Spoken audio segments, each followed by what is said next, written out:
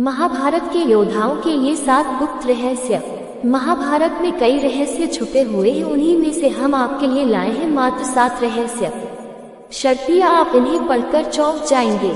तो रहस्य जानने से पहले हमारे चैनल को सब्सक्राइब कर लो। पहला रहस्य, हर योद्धा किस न किसी का अवतार लिया था दिव्य पुत्र। भगवान श्री कृष्ण विष्णु के अवतार थे तो बलराम शेषनाग के अंश थे। 8 वसुओं में से एक द्यू नामक वसु ने ही भीष्म के रूप में जन्म लिया था। देवगुरु बृहस्पति ने ही द्रोणाचार्य के रूप में जन्म लिया था। अश्वत्थामा रुद्र के अंशावतार थे। दुर्योधन कलियुग का तथा उसके 100 भाई पुलस्त्य वंश के राक्षस के अंश थे। सूर्यदेव के पुत्र कर्ण, इंद्र के पुत्र अर्जुन, पवन के पुत्र भीम, धर्मराज के पुत्र युधिष्ठिर और 2 अश्विनी कुमारों नासत्य और दस्त्र के पुत्र नकुल और सहदेव थे। रुद्र के एक गण ने कृपाचार्य के रूप में जन्म लिया। द्वापर युग के अंश से शकुनी, अरिष्ट के पुत्र हंस नामक गंधर्व ने धृतराष्ट्र तथा पांडु के रूप में जन्म लिया। सूर्य के अंश धर्मी विदुर के नाम से प्रसिद्ध हुए। कुंती और माद्री के रूप में सिद्धि और धृतिका का जन्म हुआ था। मति का जन्म राजा सुबल की पुत्री गांधारी के रूप में हुआ था। राजा भीष्म की पुत्री रुक्मणी के रूप में लक्ष्मी जी व द्रौपदी के रूप में इंद्राणी उत्पन्न हुई थी। अभिमन्यु चंद्रमा के पुत्र वर्चा का अंश था। मरुदगण के अंश से सात्यकी, द्रुपद, कृतवर्मा व विराट का जन्म हुआ था। अग्नि के अंश से धृष्टद्युम्न व राक्षस के अंश से शिखंडी का जन्म हुआ था। विश्वदेवगण द्रौपदी के 5 पुत्र प्रतिविंध्य, सुतसोम, श्रुतकीर्ति, शतानीक और श्रुतसेव के रूप में पैदा हुए थे। दानवराज विप्रचित्ति, जरासंध व हिरण्यकशिपु शिशुपाल का अंश था। कालनेमी दैत्य ने ही कंस का रूप धारण किया था।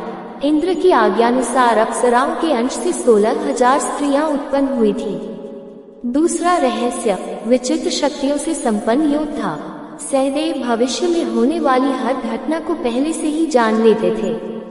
बर्बरीक दुनिया का सर्वश्रेष्ठ धनुर्धर थे।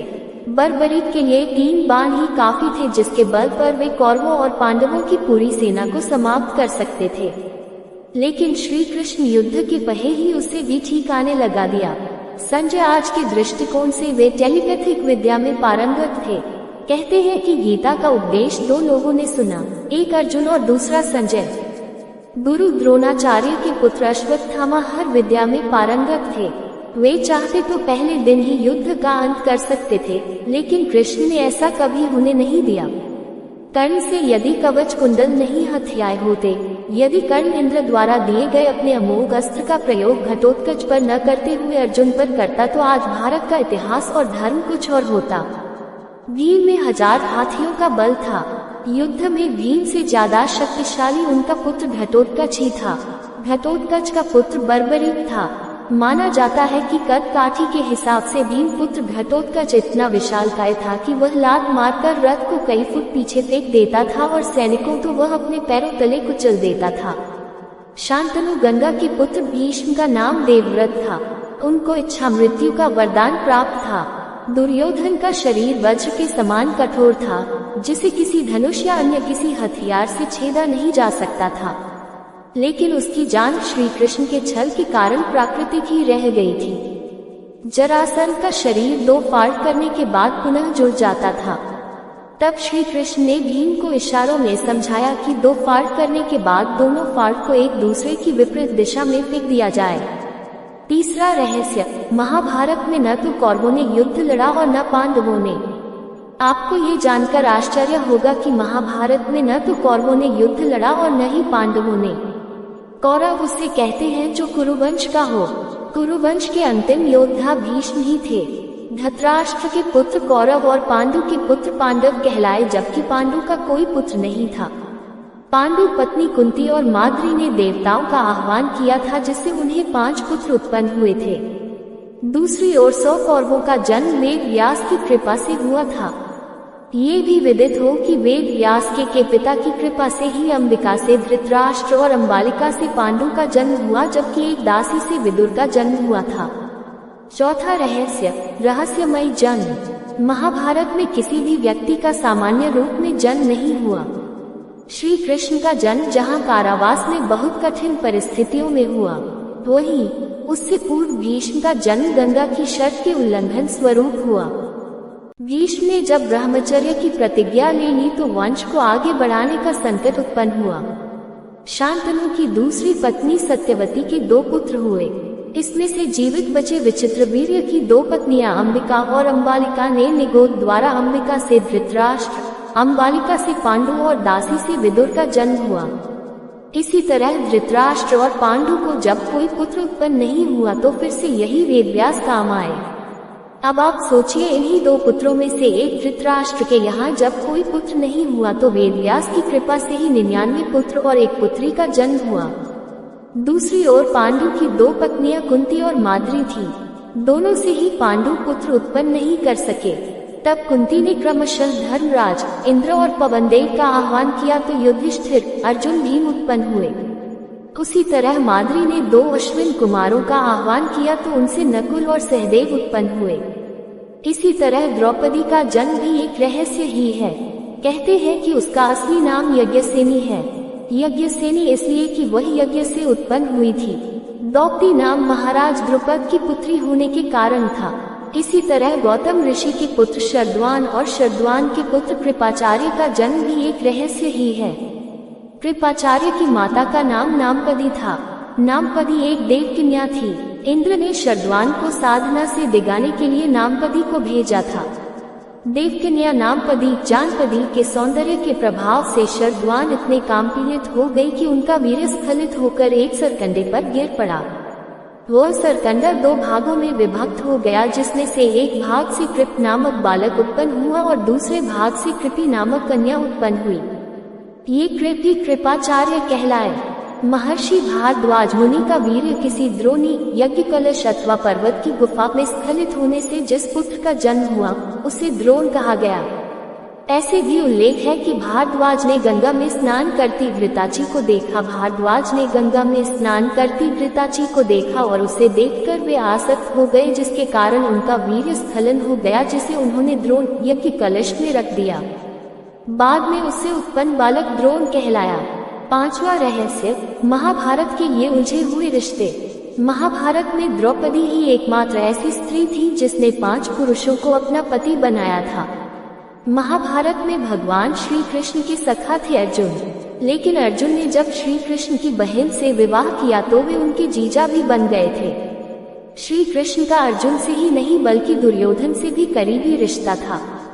कृष्ण और जामवंती के पुत्र साम्ब ने दुर्योधन की पुत्री लक्ष्मणा से विवाह किया था। इस तरह दुर्योधन और श्री कृष्ण दोनों एक दूसरे के संबंधी थे। अर्जुन और सुभद्रा के पुत्र अभिमन्यु की पत्नी वत्सला बलराम की बेटी थी। अभिमन्यु का एक विवाह महाराज विराट की पुत्री उत्तरा से भी हुआ था। भगवान श्री कृष्ण की 8 पत्नियां में से एक अवंती के राजा जयसेन की बेटी मित्रविंदा थी। पौराणिक मान्यता अनुसार मित्रविंदा उनकी बुआ की बेटी थी। 6वां रहस्य, एक रात के लिए जी उठे सभी योद्धा। ऐसी मान्यता है कि महाभारत युद्ध में मारे गए सभी शूरवीर जैसे कि भीष्म, द्रोणाचार्य, दुर्योधन, अभिमन्यु, द्रौपदी के पुत्र कर्ण, शिखंडी आदि एक रात के लिए पुनर्जीवित हुए थे। ये घटना महाभारत युद्ध खत्म होने के 15 साल बाद घटित हुई थी। यह उस समय की बात है जब धृतराष्ट्र, कुंती, विदुर, गांधारी और संजय वन में रहते थे। वहां विदुर जी के प्राण त्यागने के बाद धृतराष्ट्र के आश्रम में महर्षि वेदव्यास आए। महर्षि वेदव्यास ने धृतराष्ट्र, गांधारी और कुंती से कहा कि आज मैं तुम्हें अपनी तपस्या का प्रभाव दिखाऊंगा। तुम्हारी जो इच्छा हो वह मांग लो। तब धृतराष्ट्र व गांधारी ने युद्ध में मृत अपने पुत्रों तथा कुंती ने कर्ण को देखने की इच्छा प्रकट की। द्रौपदी आदि ने कहा कि वे भी अपने परिजनों को देखना चाहते हैं। महर्षि वेदव्यास ने कहा कि ऐसा ही होगा। महर्षि वेदव्यास के कहने पर सभी गंगा तट पर एकत्रित हो गए और रात होने का इंतजार करने लगे। रात होने पर महर्षि वेदव्यास ने गंगा नदी में प्रवेश किया और पांडव व कौरव पक्ष के सभी मृत योद्धाओं का आवाहन किया। थोड़ी ही देर में सभी योद्धा प्रकट हो गए। महर्षि वेदव्यास ने धृतराष्ट्र व गांधारी को दिव्य नेत्र प्रदान किए। अपने मृत परिजनों को देख सभी के मन में हर्ष छा गया। सारी रात अपने मृत परिजनों के साथ बिताकर सभी के मन में संतोष हुआ। अपने मृत पुत्र, भाई, पतियों और अन्य संबंधियों से मिलकर सभी का संताप दूर हो गया। इस प्रकार वह अद्भुत रात समाप्त हो गई। सातवां रहस्य, युद्ध के बाद बचे हुए लोगों का क्या हुआ। लाखों लोगों के मारे जाने के बाद लगभग 24,165 कौरव सैनिक लापता हो गए थे, जबकि महाभारत के युद्ध के पश्चात कौरवों की तरफ से 3 और पांडवों की तरफ से 15 यानी कुल 18 योद्धा ही जीवित बचे थे। युधिष्ठिर ने युद्ध के मैदान में ही सभी योद्धाओं का अंतिम क्रियाकर्म करवाया था। महाभारत युद्ध की समाप्ति के बाद कृतवर्मा, कृपाचार्य, युयुत्सु, अश्वत्थामा, युधिष्ठिर, अर्जुन, भीम, नकुल, सहदेव, श्री कृष्ण, सात्यकी आदि जीवित बचे थे। इसके अलावा धृतराष्ट्र, द्रौपदी, गांधारी, विदुर, संजय, बलराम, श्री कृष्ण की पत्नियां आदि भी जीवित थे। युद्ध के बाद शाप के चलते श्री कृष्ण के कुल में भी आपसी युद्ध शुरू हुआ, जिसमें श्री कृष्ण के पुत्र आदि सभी मारे गए। बलराम ने ये देखकर समुद्र के किनारे जाकर समाधि ले ली। श्री कृष्ण को प्रभास क्षेत्र में एक बहेलिये ने पैर में तीर मार दिया, जिसे कारण बनाकर उन्होंने देह त्याग दी। कृष्ण कुल का एकमात्र पुरुष वृक्ष बचा था। धृतराष्ट्र और गांधारी ने पांडवों के साथ रहते रहते 15 साल गुजार दिए। तब एक दिन भीम ने धृतराष्ट्र व गांधारी के सामने कुछ ऐसी बातें कह दी जिसे सुनकर उनके मन में बहुत शोक हुआ और दोनों वन चले गए।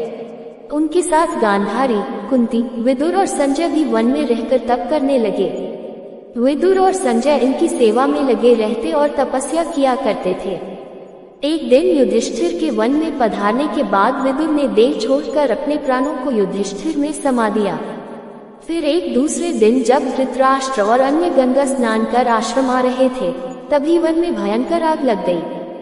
दुर्बलता के कारण धृतराष्ट्र, गांधारी व कुंती भागने में असमर्थ थे, इसलिए उन्होंने उसी अग्नि में प्राण त्यागने का विचार किया और वहीं एकाग्रचित होकर बैठ गए।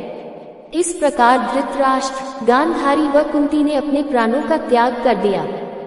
संजय ने यह बात तपस्वियों को बताई और वे स्वयं हिमालय पर तपस्या करने चले गए। धृतराष्ट्र, गांधारी व कुंती की मृत्यु का समाचार जब महल में फैला तो हाहाकार मच गया। तब देवर्षि नारद ने उन्हें धैर्य बंधाया। युधिष्ठिर ने विधिपूर्वक सभी का श्राद्ध कर्म करवाया और दान दक्षिणा देकर उनकी आत्मा की शांति के लिए संस्कार किए। अंत में युधिष्ठिर अपना राजपाट परीक्षित को सौंपकर द्रौपदी सहित अपने चारों भाइयों के साथ सशरीर स्वर्ग चले गए। स्वर्ग के मार्ग में युधिष्ठिर की एकमात्र जीवित बचे, बाकी सभी एक एक करके गिरते गए और मरते गए। अंत में युधिष्ठिर ही जीवित ही स्वर्ग पहुंचे।